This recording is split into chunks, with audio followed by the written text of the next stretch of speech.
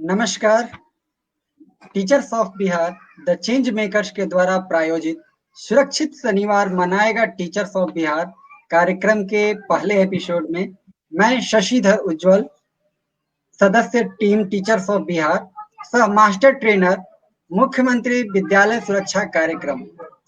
मैं अपने बारे में दर्शकों को बता दूं कि मैं राजकीय मध्य विद्यालय सहसपुर, प्रखंड बारून, जिला औरंगाबाद, बिहार में पदस्थापित हूं। मैं सुरक्षित शनिवार मनाएगा टीचर्स ऑफ बिहार कार्यक्रम के सभी दर्शकों को हार्दिक स्वागत अभिनंदन करता हूं। और इस कार्यक्रम में मेरे साथ मेरे सहयोगी हैं हेमप्रिया जी। नमस्कार, मैं हूँ हेमप्रिया, सदस्य टीम टीचर्स ऑफ बिहार, सह मास्टर ट्रेनर, मुख्यमंत्री विद्यालय सुरक्षा कार्यक्रम।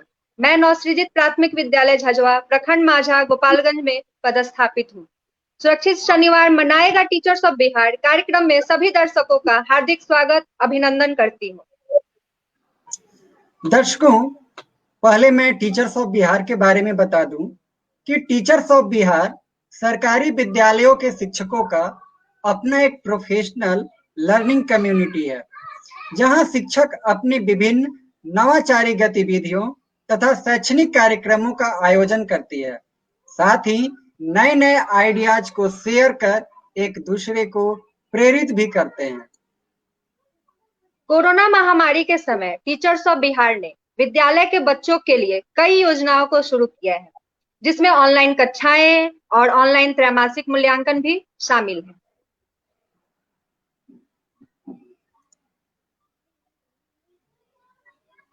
जी, बहुत अच्छा। बच्चे हमारे देश के भविष्य हैं, धरोहर हैं, हमारे देश की नींव हैं। किसी भी आपदा के समय बच्चे सबसे ज्यादा प्रभावित होते हैं। बच्चों को आपदाओं के प्रति सजग और जागरूक करके ही उनकी सुरक्षा सुनिश्चित की जा सकती है। तो बच्चों की सुरक्षा को ध्यान में रखते हुए टीचर्स ऑफ बिहार आज से सुरक्षित शनिवार मनाएगा टीचर्स ऑफ बिहार कार्यक्रम की शुरुआत कर रहा है। तो आज के इस कार्यक्रम में हमारे साथ मुख्य अतिथि के रूप में बिहार राज्य आपदा प्रबंधन प्राधिकरण के प्रोजेक्ट ऑफिसर सह सुरक्षित शनिवार कार्यक्रम के nodal officer doctor Pallav Kumar ji हमारे साथ जुड़े हैं। तो पल्लव सर, आपका बहुत बहुत स्वागत है इस कार्यक्रम में। नमस्कार, और सभी को जो देख रहे हैं सभी को नमस्कार।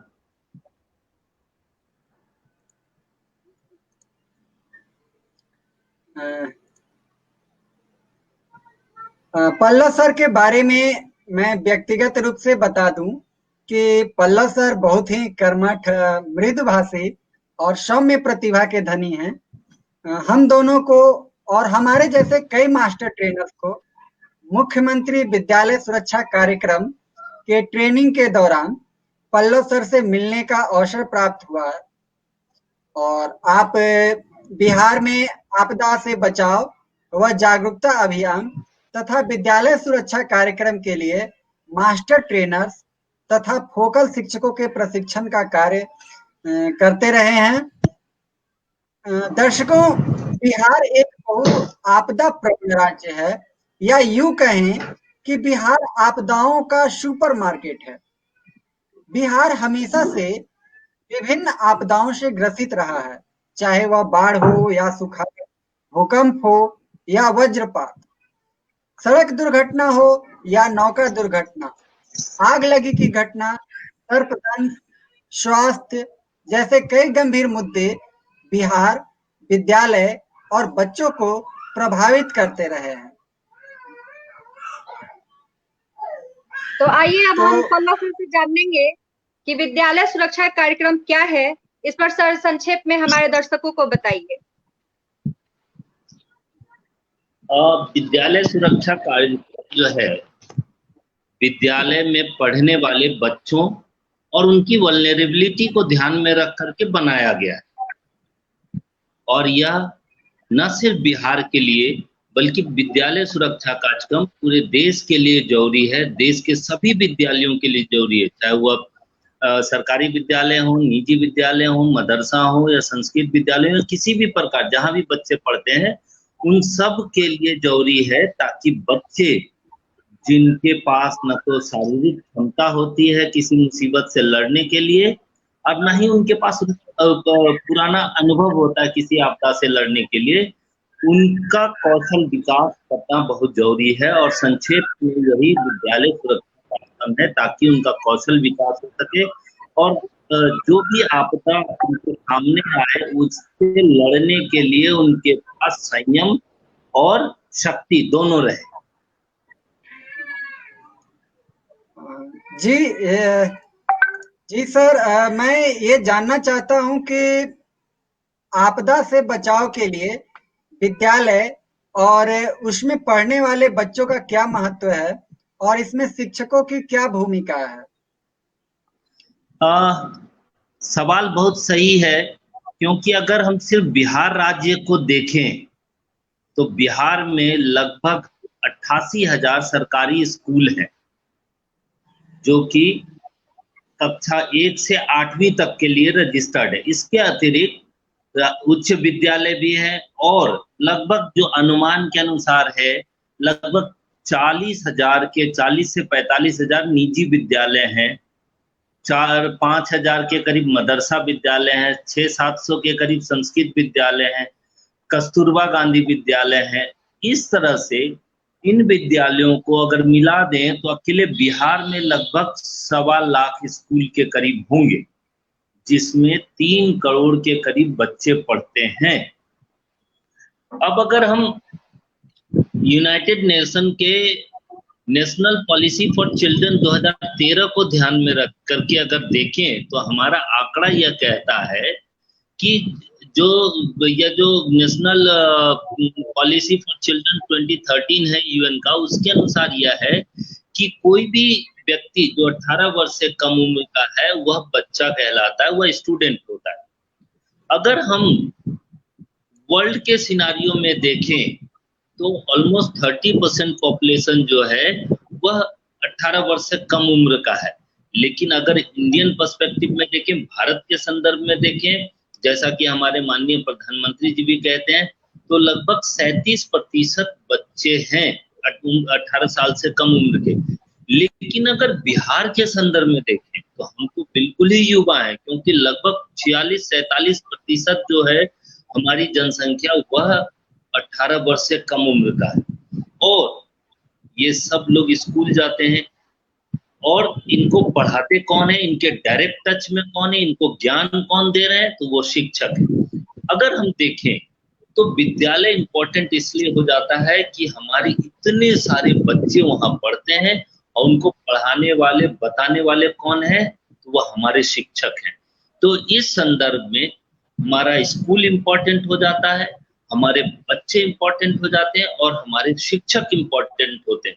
क्योंकि अगर शिक्षक ने उनको सही ज्ञान दिया बच्चों को, तो वह अपने अनुभव को इनरिच कर रहे हैं, बच्चे नए कौशल को सीखेंगे, किसी भी आपदा के समय उससे लड़ने के लिए तैयार होंगे। मैं एग्जाम्पल के तौर पर बताना चाहूंगा कि अगर हम भूकंप के लिए जो प्रयास करते हैं, मॉक ड्रिल करते हैं, ड्रॉप कवर होल्ड या झुको ढको पकड़ो, अगर हम देखें कि अगर बच्चों को यह प्रक्रिया सिखा दी जाए, तो जब भी कोई बच्चा किसी भूकंप के प्रभाव में आएगा तो वह इस प्रक्रिया को करते हुए अपने आप को सुरक्षित कर लेगा, और यह एक चेंज एजेंट के तौर पर काम करेंगे। जब अपने ज्ञान को या अपने परिवार तक पहुंचाए, अपने रिश्तेदार तक पहुंचाए, अपने पड़ोस में पहुंचाए, तो यह कड़ी है जो शिक्षक से शुरू होकर के बच्चों तक जाती है, और वह बच्चे चारों ओर समाज तक फैलाते हैं। तो यह एक कड़ी है, और ये इसका इम्पोर्टेंट एस्पेक्ट है कि विद्यालय सुरक्षा में हम विद्यालय, बच्चे और शिक्षक तीनों के महत्व को स्वीकार करें। शशिधर। हाँ जी, हाँ सर, बहुत अच्छी बात आपने कही। लेकिन मैं ये जानना चाहता हूँ कि बच्चे जब विद्यालय आते हैं, घर से विद्यालय आते हैं और विद्यालय से पुनः वापस घर को जाते हैं, तो इस दौरान उनके साथ कई घटनाएं घटित हो सकती है। बच्चे सड़क के किनारे चले या फिर सड़क दुर्घटना हो सकती है, रास्ते में तालाब इत्यादि हो सकते हैं, तो उनमें भी दुर्घटनाएं घटित होने की संभावनाएं हो सकती है। तो क्या विद्यालय सुरक्षा को लेकर हमारे देश में कोई पॉलिसी बनी है? बड़ा अच्छा सवाल है। पॉलिसी तो बनी है, और अगर हम बिहार के संदर्भ में देखें तो बिहार में 2015 से ही हमारे यहाँ मुख्यमंत्री विद्यालय सुरक्षा कार्यक्रम चलाया गया। लेकिन यह जो कार्यक्रम था 2015 से चलाया जा रहा था, जो हमारे माननीय मुख्यमंत्री जी ने बहुत पहले से इसको सोचा और समझा और इसको इम्प्लीमेंट करने की कोशिश की। लेकिन इसमें ये था कि पहले 2015 से 2015, 16 और 17 में यह एक इवेंट बेस्ड करके चलाया गया। हम साल में एक दिन यानी कि 4 जुलाई को विद्यालय सुरक्षा दिवस मनाने लगे और 1 जुलाई से 15 जुलाई तक विद्यालय सुरक्षा पखवाड़ा मनाने लगे। इस दरमियान हम लोगों ने सभी विद्यालयों में एक एक शिक्षक को प्रशिक्षित करने की कोशिश की, बच्चों को विभिन्न प्रकार के कौशल में का विकास करने के लिए कहा गया।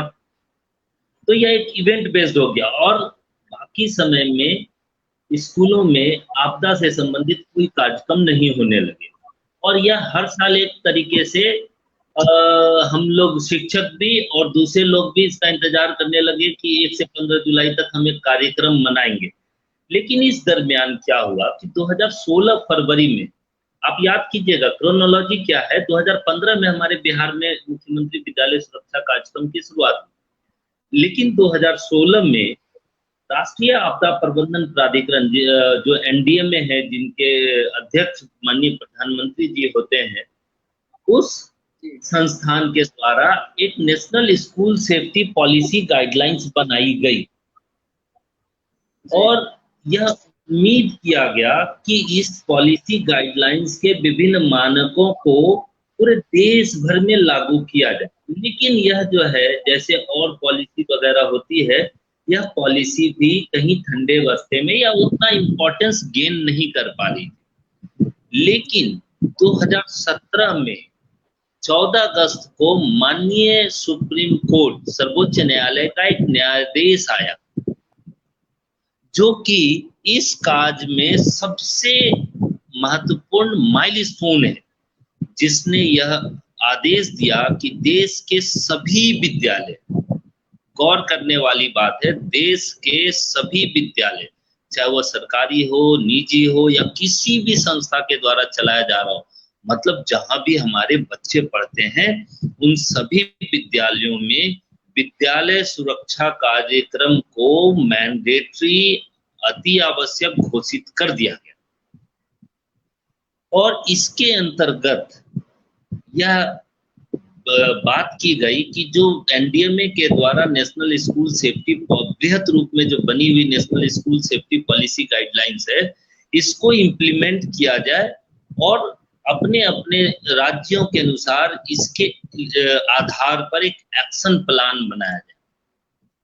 तो अब आप देखिए, अगर हम बिहार के संदर्भ में देखें तो पहला हमारे यहाँ ऑलरेडी था, दूसरा हमने national school safety policy guidelines को पढ़ा, और तीसरा सुप्रीम कोर्ट के आदेश को मानते हुए हम लोगों ने 2018 में इस पूरे प्रोग्राम को हमने परिवर्तित करते हुए, जो पहले इवेंट बेस्ड था, अब हमने उसको रेगुलर बना दिया। अब हमने उस कार्यक्रम को मुख्यमंत्री विद्यालय सुरक्षा कार्यक्रम के आगे एक सुरक्षित शनिवार शब्द जोड़ा। मतलब हर शनिवार को यह कार्यक्रम एक निरंतर तौर पर चलाया जाएगा। इसमें एक इम्पोर्टेंट बात यह है कि बिहार सरकार के द्वारा एक डीआरआर रोड मैप बनाया गया, 15 वर्षों का एक डीआरआर रोड मैप बनाया गया। अब आप अगर देखें तो बिहार एक पहला ऐसा गवर्नमेंट है, सरकार है, जिसने आपदा को लेकर रोड मैप बनाया। उस रोड मैप में भी शिक्षा विभाग के हेडिंग के अंतर्गत यह कार्यक्रम डाला गया है, जिसको बिहार राज्य आपदा प्रबंधन प्राधिकरण तकनीकी सपोर्ट करेगा। तो यह जो कार्यक्रम है 2018 के बाद से यह विद्यालयों में एक निरंतर चलने वाला कार्यक्रम हो गया, हर शनिवार को चलने वाला कार्यक्रम हो गया। और मैं इस संदर्भ में आपके टीचर्स ऑफ बिहार पूरे ग्रुप को धन्यवाद देना चाहूंगा कि उन्होंने आज से एक कड़ी बना दिया कि पूरा का पूरा शनिवार सुरक्षित कर दिया। अब यह शनिवार सिर्फ सुरक्षित करने का मतलब नहीं है।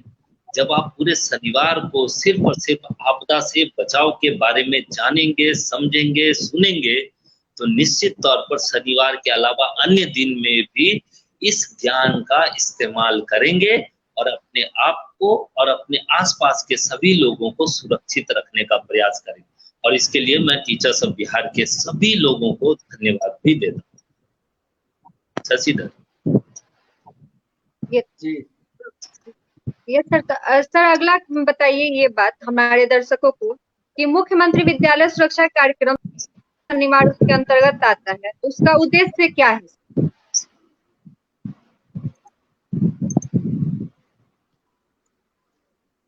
हेलो हेमप्रिया, मुझे प्रश्न समझ में नहीं आया, एक बार फिर से पूछिए। सर सुरक्षित शनिवार का उद्देश्य बताइए हमारे दर्शकों को। सुरक्षित शनिवार का उद्देश्य सर। देखिए, सुरक्षित यह जो कार्यक्रम है सुरक्षित शनिवार, यह एक मुख्यमंत्री विद्यालय सुरक्षा कार्यक्रम के अंतर्गत चलाया जा रहा है, जिसका उद्देश्य मुख्य है कि बच्चों को सुरक्षित रखना है, विद्यालय समुदाय को सुरक्षित रखना है। अगर हम विद्यालय समुदाय जिसमें बच्चे हैं, शिक्षक हैं, उनके अभिभावक हैं, अगर इनको विभिन्न आपदाओं के संबंध में उनके जोखिमों की पहचान करना सिखा दिया जाए, निश्चित तौर पर हम उसके किसी भी आपदा के न्यूनीकरण में सहयोग कर सकेंगे। दूसरा उद्देश्य है कि आपदा प्रबंधन जो आज तक माना जाता है कि एक विशेषज्ञता वाली फील्ड है, जिसमें बड़े बड़े विशेषज्ञ होंगे, किताबें होंगी और थ्योरी होंगे, इन सब चीजों को इसमें किया जाए। लेकिन इस कार्यक्रम के माध्यम से हम यह कह रहे हैं कि आपदा प्रबंधन यानी कि उसके न्यूनीकरण, उसके शमनीकरण और उसके मैनेजमेंट कैसे किया जाए, यह बच्चा को सिखा सकें और उसके माध्यम से हर एक व्यक्ति सीख सके कि अगर यह आपदा आ रही है या यह घटना घटने वाली है। अभी आप देख लीजिए वज्रपात है, अगर हम वज्रपात से बचने के लिए क्या करें और क्या ना करें, अगर बच्चों को और उनके अभिभावक और शिक्षक को सिखा दें तो वह कभी गलती नहीं करेंगे कि बादल चारों ओर से मंडराया हुआ है, बहुत सारे बिजली चमक रही है, उस दरमियान वो बाहर निकलेंगे। हो सकता है अगर उनको जानकारी हो क्या करें क्या ना करें, तो वह 1-1.5 घंटे के समय में अपने घरों में बंद होकर के रह जाएं और अपने जीवन को सुरक्षित कर लें। ठीक है, तो इसे बहुत सिंपल करके इसको जन जन तक पहुंचाना है। तीसरा अगर हम देखें कि विद्यालय के संरचनात्मक और गैर संरचनात्मक जोखिमों का भी न्यूनीकरण करना है। मतलब अगर हम किसी बच्चों के माध्यम से अगर हम प्लान बनाएं, हजार्ड हंट करें, तो आप यकीन मानिए विद्यालय का एक चौखट भी ढीला नहीं हो सकता, एक बेंच में कील तक निकला हुआ नहीं रह सकता अगर बच्चों को इस कार्य में हजार्ड हंट और विद्यालय आपदा प्रबंधन योजना बनाने के काम में लगा दिया जाए। बच्चे हमसे ज्यादा सेंसिटिव है, ज्यादा बड़े ऑब्जर्वर हैं। जितनी जानकारी उनको अपने स्कूल की होगी, यकीन मानिए किसी भी शिक्षक को उतनी जानकारी उनके स्कूल की नहीं होगी। क्यों शशिधर, मैं गलत हूँ? आप भी शिक्षक हैं और हेमप्रिया भी शिक्षक है, क्या मैंने जो कहा वो सही है या नहीं? बिल्कुल सर। इसका उद्देश्य यह है कि हम बच्चों को, सही बात आपने बच्चों को बताया, बच्चों को जो आने वाली पीढ़ी है, हमारे बाद का जनरेशन कौन है? वही है जो अगर ज्ञान आज उनके मन में डाल दिया जाए, उनके दिमाग में, उनके अनुभव में डाल दिया जाए, तो यकीन मानिए अगला 60 साल तक वो जीवित रहेंगे, तब तक वह ज्ञान उनके साथ रहेगा। तो इस कार्यक्रम का एक उद्देश्य है कि हम एक आपदाओं से सुरक्षित एक समाज बनाने की कोशिश करें, रेजिलिएंट सोसाइटी बनाने की कोशिश करें। अगर आप और हम या जो भी दर्शक सुन रहे हैं, अगर एक चीज को ध्यान में रखें, सोचें, क्या उम्र के इस पड़ाव में भी क्या उनके बचपन में सीखी हुई कोई बात उनकी मदद कर रही है, उनकी सहायता कर रही है, उनसे उनको बचा रही है? अगर हाँ, तो समझिए वह कितने साल तक हमने उसको कैरी किया। और अगर आज बच्चों को सभी तरह की अच्छी जानकारी दे दिया जाए तो वह उनके जीवन पर्यंत रहेगा और हम एक सुरक्षित समाज निर्माण करने में सहयोगी रहेंगे। दूसरा एक सबसे बड़ा लक्ष्य इसका समझिए कि जैसा कि अभी शशिधर ने भी बोला, इज्वल ने बोला कि घर से विद्यालय व वापस विद्यालय से घर तक पहुंचना एक क्रम है। सिर्फ विद्यालय के अंदर सुरक्षित रहना पर्याप्त नहीं है। हर स्कूल का एक पोषक क्षेत्र होता है। उस रास्ते में भी अगर कोई आपदा के कंडीशंस हैं या जोखिम है, खतरे हैं, तो बच्चों और शिक्षक और अभिभावक तीनों को मिल करके उस पूरे जोखिम को खत्म करना होगा। अगर देखें कि किसी स्कूल के सामने से हाईवे गुजरता है, तो बच्चों को, अभिभावक को, टीचर को यह समझना होगा कि जब छुट्टी का वक्त हो या विद्यालय प्रारंभ होने का वक्त हो तो कुछ ऐसी व्यवस्थाएं करें ताकि बच्चे सुरक्षित सड़क को पार कर सकें और इधर से उधर जा सकें। अदरवाइज क्या होगा, हमारे मुजफ्फरपुर के पास जो एक बड़ी दुर्घटना घटी, एक बोलेरो ने हमारे 8-9 बच्चे किया, इससे ज्यादा दुखद घटना क्या हो सकती है? तो हमें इन सब चीजों को ध्यान में रखते हुए इसका लक्ष्य और उद्देश्य बनाया गया है। यस सर, आपने अपने बातों के दौरान 1000 ढंड का बोला है, तो 1000 ढंड के बारे में थोड़ा सा बता दीजिए डिटेल में सर। बच्चों को, दर्शकों को ये जानकारी होनी चाहिए। जी यस सर। मुझे लगता है कैसे? अगर 1000 ढंड के बारे में आप अगर बोलना चाहें तो हमसे बेहतर कर सकते हैं, क्योंकि मेरा जो ज्ञान है वो थ्योरी है। मैंने बनाया जरूर है लेकिन किसी स्कूल में, विद्यालय में इम्प्लीमेंट नहीं किया। सही बात। हमने आप सबको प्रशिक्षण दिया कि 1000 ढंड कैसे किया जाता है और 1000 ढंड करने के तरीके क्या हैं। तो आप समझिए कि 1000 ढंड क्या है। तो जोखिमों की पहचान है। बच्चों को सबसे पहले हमें यह समझाना पड़ेगा, बताना पड़ेगा मास्टर ट्रेनर या फोकल शिक्षक के माध्यम से कि वह छोटे से छोटे जोखिम की भी पहचान करे, चाहे वह दरवाजे का उठा हुआ कब्जा हो या सीढ़ी के साइड में रेलिंग नहीं लगी हो, वह भी एक खतरा है। या फिर क्या खतरा है कि अगर ग्राउंड में गड्ढे हैं। मुझे अभी याद आ रहा है, हेमप्रिया, तुमने बहुत पहले मुझे एक फोटोग्राफ भेजा था जो तुम्हारे स्कूल में गड्ढा हो गया था, तो तुमने बच्चों के साथ मिल करके उसे ईंटों से पाटा और लोगों के, बच्चों और शिक्षकों के आने जाने के लिए रास्ता बनाया। अदरवाइज क्या होता कि उस रास्ते में बच्चे गिरते, गंदे होते, हाथ पांव भी खराब हो सकते थे, टूट सकते थे। तो हमें 1000 ढंड करने के लिए इन छोटी छोटी चीजों को बच्चों को बताना पड़ेगा। और यकीन मानिए उस 1000 ढंड के बाद जो आपका प्लान बनेगा वो बहुत ही अच्छा होगा। 1000 ढंड सिर्फ इतना ही नहीं है। 1000 ढंड आपको घर से लेकर के विद्यालय तक करना है कि क्या रास्ते में कोई तालाब, पुल, पुलिया, पोखर तो नहीं है, क्या कोई आवारा जानवर तो नहीं भटकते रहते हैं गांव के, या फिर कोई सड़क ऐसी नहीं है जो कि बहुत तेज चलती है। तो हमें इन सब चीजों को सुनना पड़ेगा, खुले मन से सुनना पड़ेगा। मुझे एक और भी एग्जांपल याद आ रहे, समस्तीपुर और इवन भागलपुर से भी मेरे पास आए थे। जब बच्चों ने स्कूल में 1000 ढंड करना शुरू किया तो उन्होंने यह पाया कि विद्यालय का बाउंड्री वॉल नहीं है, वह एक हजार्ड था, क्योंकि आवारा पशु के साथ साथ अनवांटेड इलिसिट पीपल भी उसमें आ सकते थे और कुछ तोड़फोड़ या बदमाशी कर सकते थे।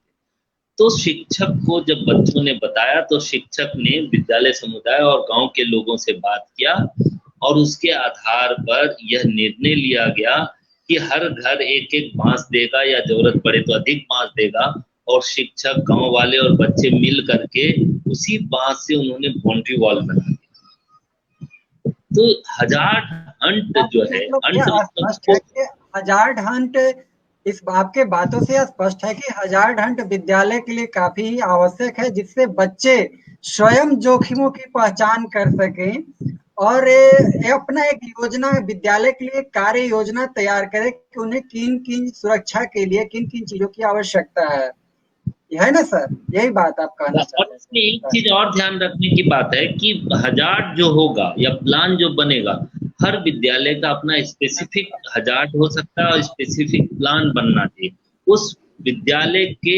मद्देनजर बनना चाहिए।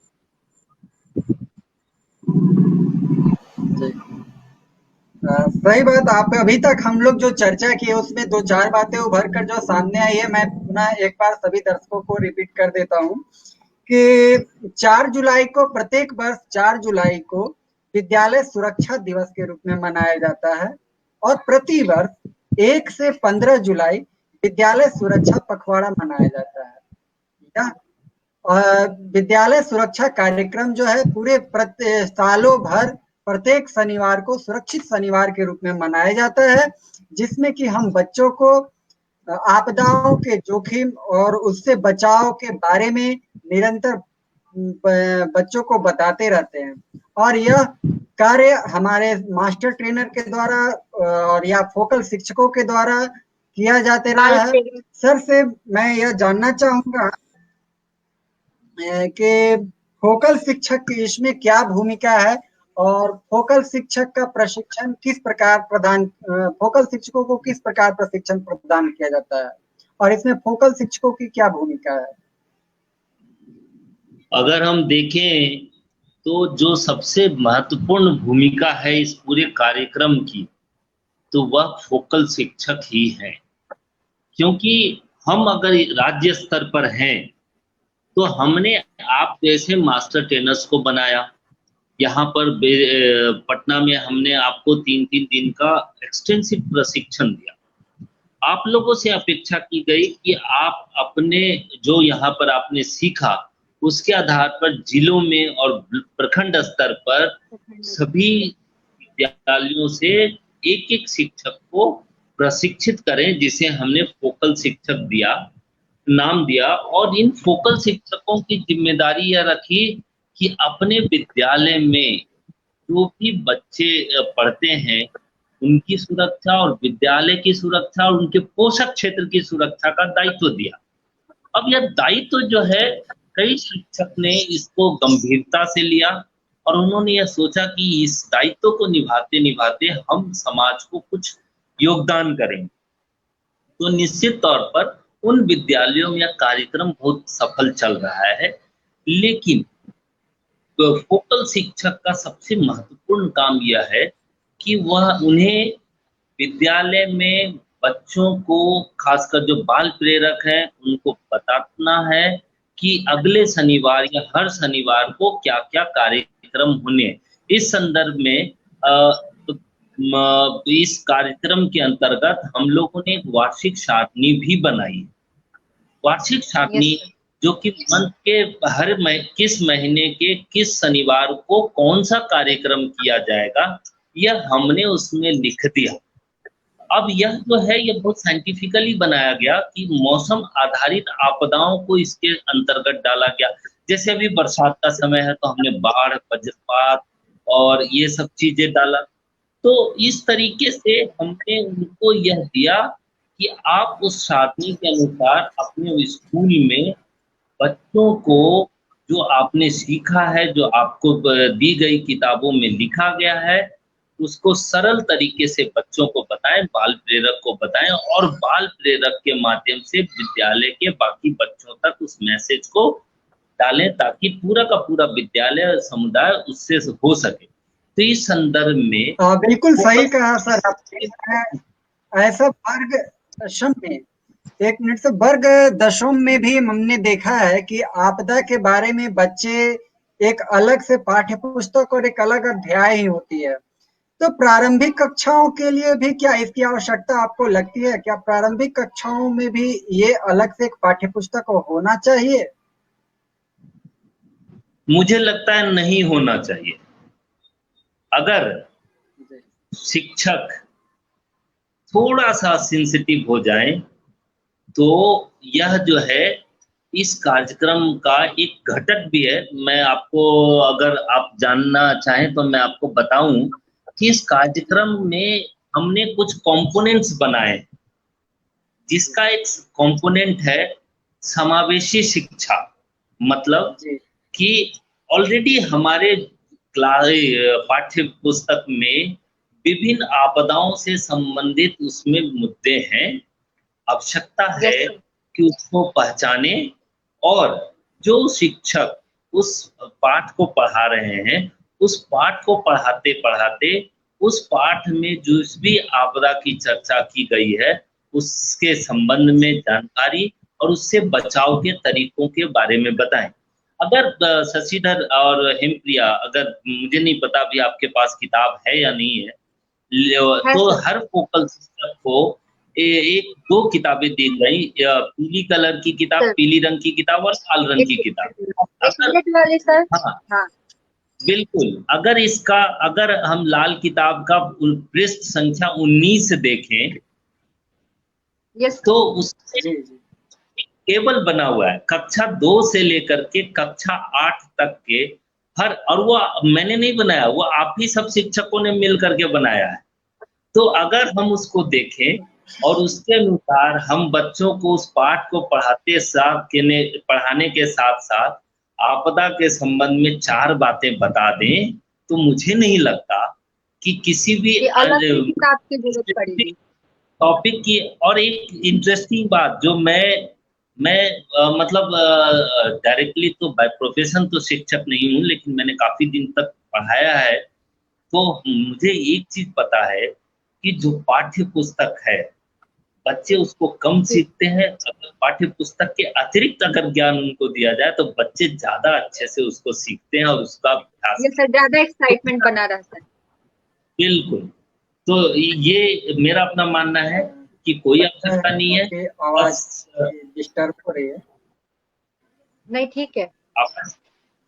तो बच्चों के लिए अलग की आवश्यकता नहीं है, बल्कि जो हमारा एक कंपोनेंट है समावेशी आपदा जोखिम न्यूनीकरण का, उसको हम में समावेश कर रहे हैं, कर दिया है हम लोगों ने। बस जरूरत है कि आप सभी शिक्षक मिल करके इसको आगे बढ़ाएं। यस सर, इस चार्ट में बहुत अच्छे से चैप्टर वाइज और उस चैप्टर में कौन सी आपदा के बारे में हम जानकारी दे, बहुत अच्छे से उसमें।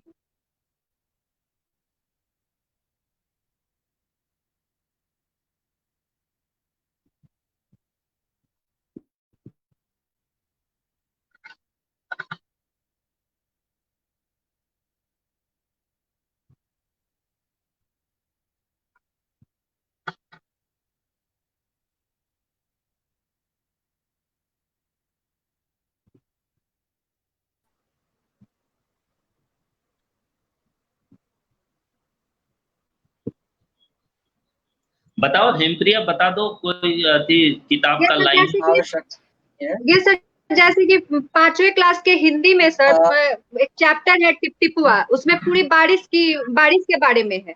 तो उससे रिलेटेड हम सर उस समय जब हम टिपटिपुआ पढ़ाएंगे तो उस समय हम बाढ़ के बारे में बच्चों को जानकारी दे सकते हैं कि बाढ़ के दौरान हम क्या करें क्या ना करें, उससे रिलेटेड हम उस समय बता सकते हैं। जी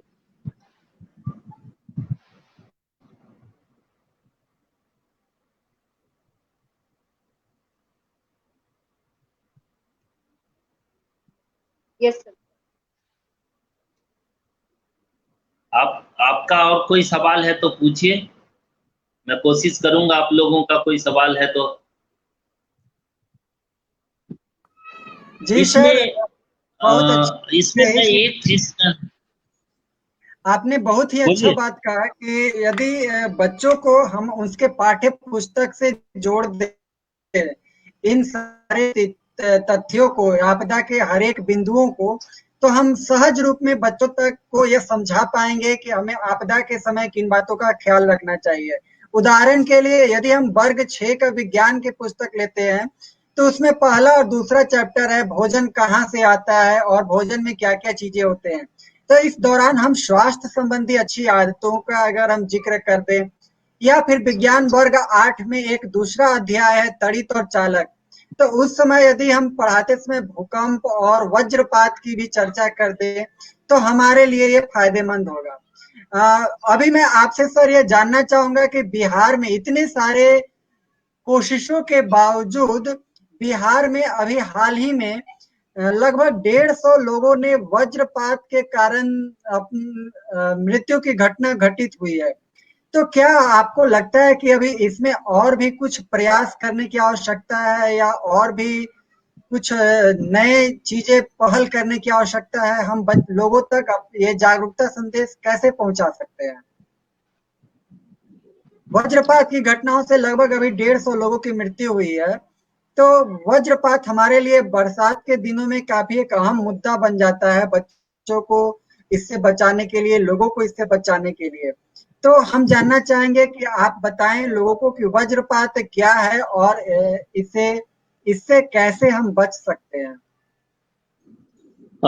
आपने सही कहा कि अभी जो है अभी वज्रपात का समय है, बारिश का मौसम है, मानसून के पूर्व और मानसून के दरमियान बिजली गिरना या ठनका जिससे गांव में कहते हैं, इसकी घटनाएं बहुत घटती हैं। तो निश्चित तौर पर अगर हम एक दिन का घटना देखें तो 25 जून शायद सभी को याद न होगा, कोई भूल नहीं सकता, जब एक दिन में पूरे बिहार में 83 लोगों की जान गई।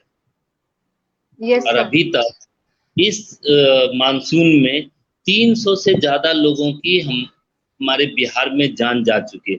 इतना बड़ा कोरोना महामारी से भी हम लोग लड़ पा रहे हैं और अभी तक हमने डेथ केसेस को 200 भी पार नहीं करने दी बिहार के लिए बहुत पिछले ही 6 महीने। दुखद बात है और बहुत ही दुखद घटना है लेकिन बिहार के लिए। वज्रपात से एक एक दिन में 83 लोग मर जा रहे हैं और अभी तक 300 से ज्यादा लोगों की मौत हो चुकी है। अगर हम देखें तो हर साल यह एक प्राकृतिक घटना के तौर पर घटती है। वज्रपात या बिजली गिरना एक प्राकृतिक घटना है। अगर हम इससे थोड़ी सी सावधानी करें तो यह सिर्फ और सिर्फ एक घटना रहेगी, इससे नुकसान नहीं हो। लेकिन अगर हमने इससे फाइट करने की कोशिश की तो क्या होगा, नुकसान हमारा होगा।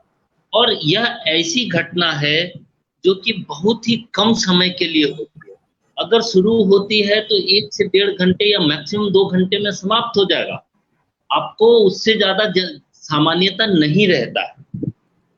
तो हमें करना क्या है कि इन घटनाओं को ध्यान में रखते हुए इसके संबंध में जागरूक होना पड़ेगा और इससे बचने के लिए हमें स्वयं प्रयास करने होंगे।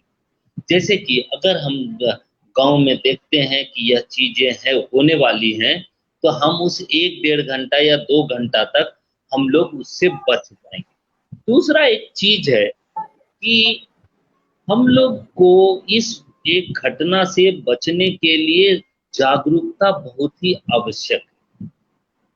हम लोग, बिहार सरकार इससे बचने के लिए तो बहुत जागरूकता फैला रही है, लेकिन आवश्यकता है उसको इंटरनलाइज करने। अभी शशिधर ने अभी एक पीपीटी लगाया है। अगर आप पीपीटी को देखें तो मैं इसके माध्यम से, पीपीटी के माध्यम से ज्यादा अच्छे से आपको समझा पाऊंगा और आपको समझ में भी आएगा। तो शशिधर, मैं आपसे अनुरोध करूंगा कि पीपीटी शुरुआत से लगाई जाए तो बड़ा अच्छा रहे।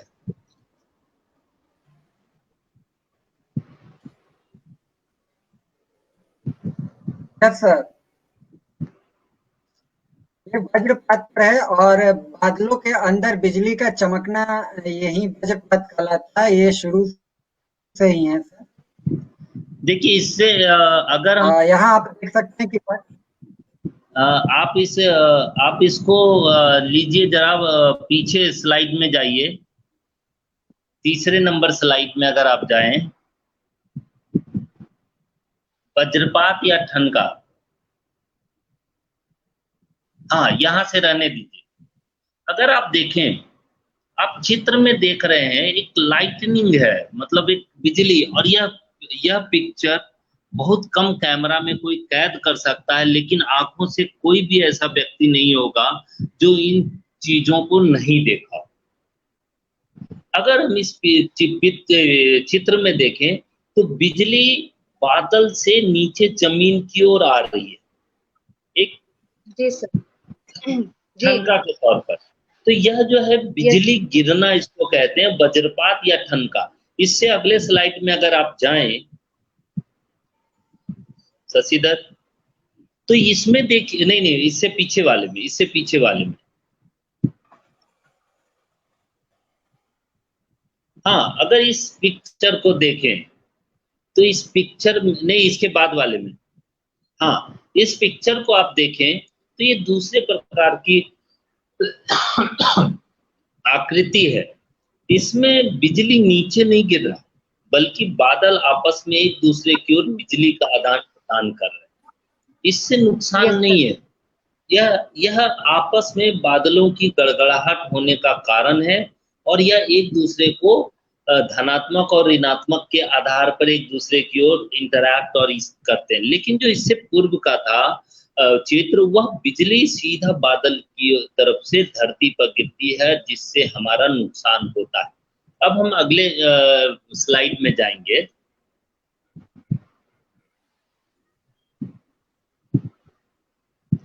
तो हमारे वायुमंडल में बादलों एवं पृथ्वी के सतह के बीच होने वाला एक विद्युत प्रवाह है, यह वज्रपात। यानी बादल और धरती के बीच में जो लाइटनिंग विद्युत प्रवाह है, उसी को ठनका कहते हैं। इस विद्युत प्रवाह के कारण वायुमंडल में ऊपर से नीचे की ओर तीव्र प्रकाश के साथ साथ तेज गर्जना सुनाई पड़ती है, जिसे हम बादल का कड़कना भी, गरजना भी कहते हैं। तीव्र प्रवाह के साथ जो प्रवाह पृथ्वी पर आता है, इसी को बिजली, वज्रपात या ठनका गिरना कहते हैं। अगला स्लाइड।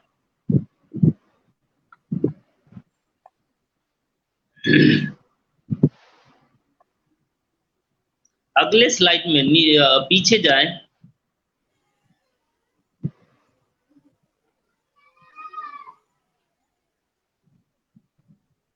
कि पृथ्वी के तापमान में ज्यादा वृद्धि एवं कम दबाव का क्षेत्र बनने की वजह से क्या होता है, वायुमंडल अस्थिर हो जाता है और सतह की गर्म हवा लगातार ऊपर जाती है।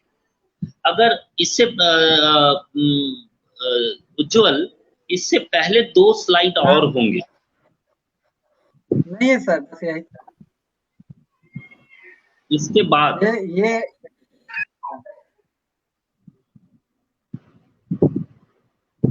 वज्रपात के प्रकार से। अच्छा ठीक है, मैं बताता हूं, आप वहां पर पीछे आ जाइए, पीछे। एक मिनट सर, मैं दर्शकों को कुछ दिखाना चाहता हूँ कि वास्तव में बिजली कैसे गिरते हैं, और इसके लिए मेरे पास एक स्लाइड है, और मैं वो स्लाइड लोगों से शेयर करना चाहता हूँ कि बिजली कैसे गिर। उज्ज्वल, एनडीएमए और बिहार राज्य आपदा प्रबंधन प्राधिकरण के द्वारा अगर वीडियो भी बनाया गया है, जो मैंने आपको भेजा है, उसको भी आप चला सकते हैं इसमें। जी हाँ सर, बस आपको पास में रखना चाहता हूँ एक वीडियो स्लाइड।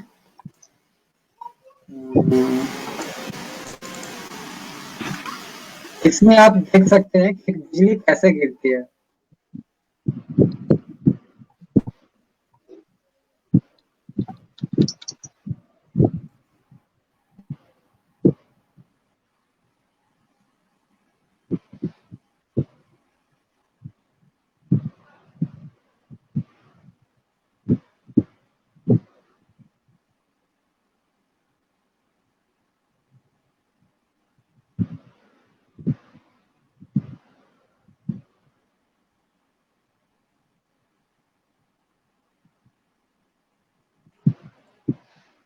तो इस तरह से हम अपने दर्शकों को बता रहे थे। आगे हम पीपीटी की ओर बढ़ते हैं। पीपीटी में मैं शेयर करना चाहता हूं कि वज्रपात क्या है। हम दर्शकों को बताते हैं कि वह वज्रपात क्या है। सर आप वहां से बताइए हमारे दर्शकों को। हाँ, मैं बताता हूँ कि वज्रपात किस कारण होता है। ठीक है। हाँ, देखिए, वज्रपात के प्रकार से पहले अगर आप जाएं जी तो वज्रपात का कारण क्या है। तो सबसे पहले यह समझिए कि मानसून के समय में तापमान में ज्यादा वृद्धि एवं कम दबाव का क्षेत्र बनने की वजह से वायुमंडल अस्थिर हो जाता है और सतह की गर्म हवा लगातार ऊपर की जाती है। अगर हम इस पिक्चर को देखें, ठीक है, कि आप तीन तरह के पिक्चर देख रहे हैं कि पहला पिक्चर है यह बादल बनने की प्रक्रिया है। पहला पिक्चर टावर के रूप में है जिसमें बादल का बनना शुरू होता है। दूसरा है पूरी तरह से मोटी तह वाली में बादल का जम जाना, और एवं तीसरा है उसके समाप्त होने की स्थिति। तो प्रत्येक चरण औसतन 30 मिनट में पूरा होता है। आपको समझना है, जो मैंने पहले भी कहा कि यह मैक्सिमम अधिकतम 1.5 से 2 घंटा का घटनाक्रम है। तो आप देखिए कि एक चरण जो है लगभग 30 मिनट में होता है। इस प्रकार इन बादलों का जीवन चक्र औसतन 3 घंटे 1.5 घंटे का होता है। ठीक है। तो यह जो है क्या कहता है, जब तापमान कम होता है तो इस प्रकार के बादल को हम क्यूमुलोनिम्बस बादल कहते हैं, जिसके द्वारा बिजली भी उत्पन्न होती है, बारिश भी होता है। यह एक प्रकार का है क्यूमुलोनिम्बस बादल, इसको कहते हैं। अगर हम इसके आगे बढ़े कि वज्रपात उत्पन्न करने वाले बादलों का स्वरूप कैसा होता है, तो आप एक ये सामने देखिए कि इस प्रकार का स्वरूप है, घना है, जो कि हमने दूसरे टाइप में बताया। अब बादल वज्रपात होता कैसे।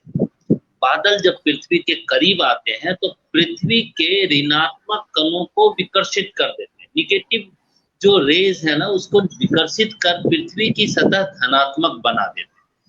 इस प्रकार बादलों की निचली सतह पृथ्वी की सतह के विपरीत चार्ज युक्त होने से तीव्र आकर्षण होता है। एक दूसरे की आकर्षण जो होता है, इसकी वजह से चार्ज को संतुलित करने के लिए एक भारी विद्युत प्रवाह होता है जो तेज प्रकाश के रूप में दिखता है, जिसे वज्रपात कहते हैं। जो अभी आप सामने देख रहे हैं चित्र, इस कंडीशन में क्या होता है कि जो ऊंची चीजें होती हैं, लंबी और नुकीली चीज होती हैं, उसके माध्यम से बिजली जमीन तक पहुंचने की कोशिश करती है। तो आप इस चित्र में देखिए एकदम कैसे वह टावर जो है वह बिजली को अपनी ओर आकर्षित कर रहा है। आप देख सकते हैं आसानी से, और हम सब लोगों को पता है, और घर में गांवों में तो यह होता भी है कि छत पर एक नुकीली बांस या छड़ लगा दिया जाता है, उसके साथ तार बांध दिया जाता है ताकि वह बिजली उसके माध्यम से जमीन तक चला जाए। तो ये सभी आप सभी लोग जानते हैं। अब क्या होता है, वज्रपात 2 प्रकार के होते हैं।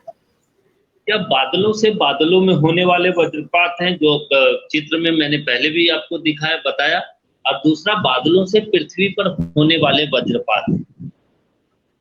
क्लियर है शशि? जी हाँ सर, आप बताइए। तो संक्षेप में बस हम जानना चाहेंगे कि वज्रपात कितने प्रकार के होते हैं। जी, वज्रपात बेसिकली 2 प्रकार के जो हमने बताया कि एक बादलों से बादलों में जाते हैं और एक बादलों से पृथ्वी पर होने वाले वज्रपात हैं। और इसके बाद इसका श्रेणीकरण भी करते हैं। जनरली हम मध्यम श्रेणी का एक करते हैं और एक गंभीर श्रेणी का करते हैं। जब बिजली बार बार बिजली की चमक के साथ गरज की तेज आवाज, मध्यम से भारी बारिश हो और अधिकतम हवा की गति 30 से 70-75 किलोमीटर प्रति घंटा हो तो हम उसे मध्यम श्रेणी कहते हैं। लेकिन जब निरंतर गड़गड़ाहट और बिजली की लगातार चमक, भारी बारिश और हवा भी 75 किलोमीटर प्रति घंटे या उससे ऊपर होती है तो यह खतरनाक माना जाता है। और एक चीज और आंकड़ों के अनुसार हम सर बताना मैं चाहें। आपसे अब जानना चाहूंगा कि वज्रपात अगर गिरने की संभावना हो तो हमें क्या करना चाहिए?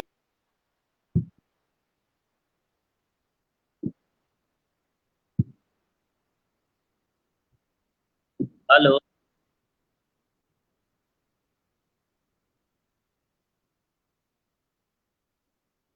अगर आप मेरी बात सुन पा रहे हैं तो मैं आपको बता दूं कि अगर गिरने की संभावना होती है तो क्या करें क्या ना। लगातार अखबारों के माध्यम से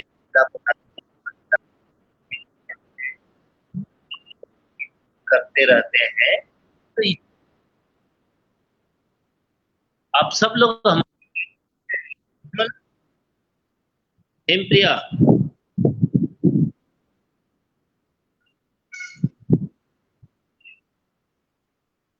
तो इसमें सबसे पहले करना यह चाहिए कि जितनी जल्दी हो सके उतनी जल्दी सुरक्षित मकान में हमें शरण ले लेनी चाहिए। जितना जल्दी संभव हो सके उतनी जल्दी सुरक्षित मकान में। प्रिया, आवाज आ रही है हमारी? आ रही है? कोई इशू आ रहा था। हाँ, तो मैं ये बताना चाह रहा हूँ हाँ सर, आ रही है, आ रही है। बिजली गिरने की संभावना होने पर आपको क्या-क्या करना चाहिए। तो सबसे पहला काम है कि आपको तुरंत ही जितनी जल्दी हो सके सुरक्षित मकान, जो पक्के मकान हो उसके अंदर चले जाने चाहिए। बिजली चमकने अथवा आंधी आने पर पेड़ के नीचे तो बिल्कुल ही खड़ा नहीं रहना चाहिए, पेड़ के नीचे से हट जाना चाहिए। अगर आप सब लोग अखबार भी पढ़ते हैं तो अभी नवादा में भी एक घटना हुई कि एक पेड़ के नीचे बच्चे इकट्ठे हो गए बारिश के समय में और अचानक उसी पेड़ पर बिजली गिरी और कई सारे लोगों का नुकसान हो गया। ये तो सबको पता है, याद है। तो हमें पेड़ के नीचे से तो हट जाना चाहिए। दूसरा, अगर बिजली गिरने के दौरान किसान कभी खुले मैदान या खेत में हो तो कोशिश करें कि वहां से हट जाएं। और दूसरा कि एक साथ इकट्ठा ना रहे, अलग अलग रहे और अपने पैरों के नीचे सूखे पत्ते और इस प्रकार की लकड़ी या कुछ के ऊपर खड़े हो जाएं। यह भी एकदम से ध्यान रखना है। और अपने शरीर को उकड़ू मुकड़ू कर लेना है, उकड़ू मुकड़ू करके उसके, ताकि अपनी लंबाई और अपने आप को जितना ज्यादा से ज्यादा छोटा और गोल कर सके वह करना है। यह उकड़ू मुकड़ू करके उसमें बैठना है। और अगर आप किसी वाहन में सफर कर रहे हैं तो वाहन से बिल्कुल बाहर नहीं निकलना है। अपने मोबाइल का बाहर अगर है तो मोबाइल फोन का इस्तेमाल नहीं करना है। और दूसरा, और एक सबसे इम्पोर्टेंट बात कि बिहार सरकार के द्वारा एक इंद्रब्रज ऐप बनाया गया है। हमें उस इंद्रब्रज ऐप को डाउनलोड कर लेना चाहिए ताकि जब भी सरकार का इस प्रकार का वार्निंग हो तो वह आप तक तुरंत ही पहुंच जाए। और दूसरा इसके संबंध में है कि क्या ना करें। यह भी एक बहुत जरूरी चीज है कि क्या ना करें, यह भी जानना जरूरी है।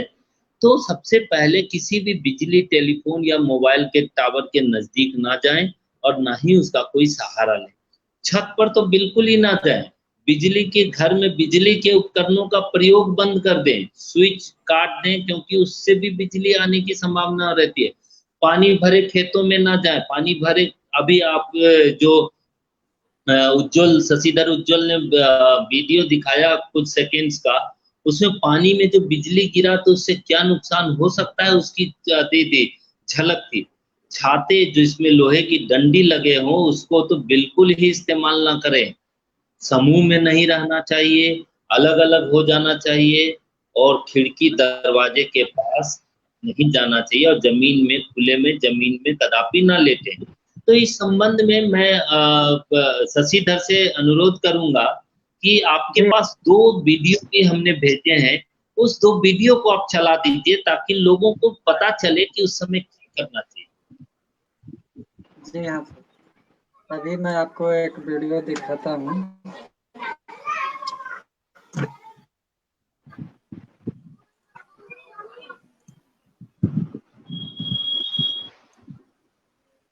फुल स्क्रीन कर दीजिए।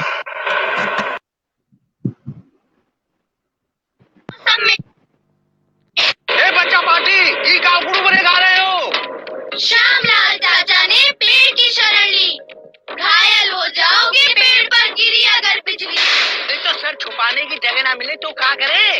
सर छुपाने के लिए मजबूत जगह ढूंढो, कुछ ना अगर दिखे तो बन जाओ उकड़ू, बन जाओ उकड़ू। जब भी बादल की गरज सुनाई दे और आसपास कोई मजबूत छत वाली जगह न दिखाई दे तो तुरंत कान पर हाथ रखकर और एड़ियों को जोड़कर बैठ जाएं और ध्यान रखें एड़ियां जुड़ी हुई हों। बिजली का खतरा ऊंचे पेड़, बिजली के खंभों, तारों और पानी में ज्यादा होता है, इसलिए इन सब से दूर रहें। तैयारी में ही समझदारी। राष्ट्रीय आपदा प्रबंधन प्राधिकरण द्वारा जनहित में जारी। एक दूसरा वीडियो भी होगा जी।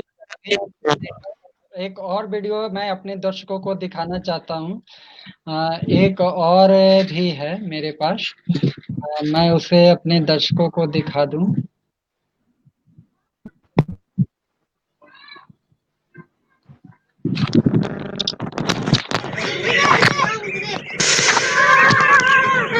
खेलते वक्त जैसे ही बादल की गरज सुनाई दे, एक दूसरे से दूरी बनाते हुए ऐसे हाथ कान पर रखना है और पैरों को यूं मिलाते हुए उकड़ू बैठ जाना है ताकि तेज आवाज से कान बच सके और जमीन पर ऐसे बैठने से बिजली गिरने का खतरा कम हो सके। क्या हुआ? ये बच्चे हमारी नकल काहे कर रहे हैं? नकल नहीं है, बिजली जब बहुत करीब होती है तो ये उससे बचने का तरीका है। अब तुम सर मत खाओ, दरबे की तरफ भागो। बादल की गरज सुनाई दे और आसपास कोई मजबूत छत वाली जगह न दिखाई दे तो तुरंत कान पर हाथ रखकर और एड़ियों को जोड़कर तो बैठ जाएं। सर अभी लगता है कि इसमें कुछ प्रॉब्लम है, आवाज साउंड नहीं आ पा रही है। ऊंचे पेड़, बिजली के आज दिन भर का कार्यक्रम है तो उसे फिगर के तौर पर आप दिन में भी कभी भी दिखा सकते हैं। जी हाँ सर। तो हम अपने दर्शकों को अलग से एक वीडियो बनाकर मैं दिखलाऊंगा उन्हें। और आपने बहुत अच्छे अभी तक जानकारी दी और लगता है हमारा समय भी अब धीरे धीरे काफी हो चुका है। तो सभी लोग, सभी दर्शकों को धन्यवाद और पल्लव सर को भी बहुत बहुत धन्यवाद कि उन्होंने अपना बहुमूल्य समय इस हमारे इस कार्यक्रम के लिए दिया है। और हम अपने जुड़ने वाले सभी दर्शकों को बहुत बहुत धन्यवाद अदा करते हैं कि उन्होंने इस कार्यक्रम को देखा। हालांकि ये हमारा आज का पहला एपिसोड था और हम प्रयास करेंगे कि तकनीकी रूप से थोड़ा सा और हम सशक्त बने। और हमारे सभी तकनीकी टीम के सदस्यों को भी मैं धन्यवाद अदा करना चाहता हूं। और मैं सभी लोगों से, सभी दर्शकों से पुनः निवेदन करूंगा कि हर शनिवार को प्रातः 9 बजे से 10 बजे और शाम को 4:05 से 5 बजे तक डीडी बिहार पर होने वाली प्रसारण को देखते रहें।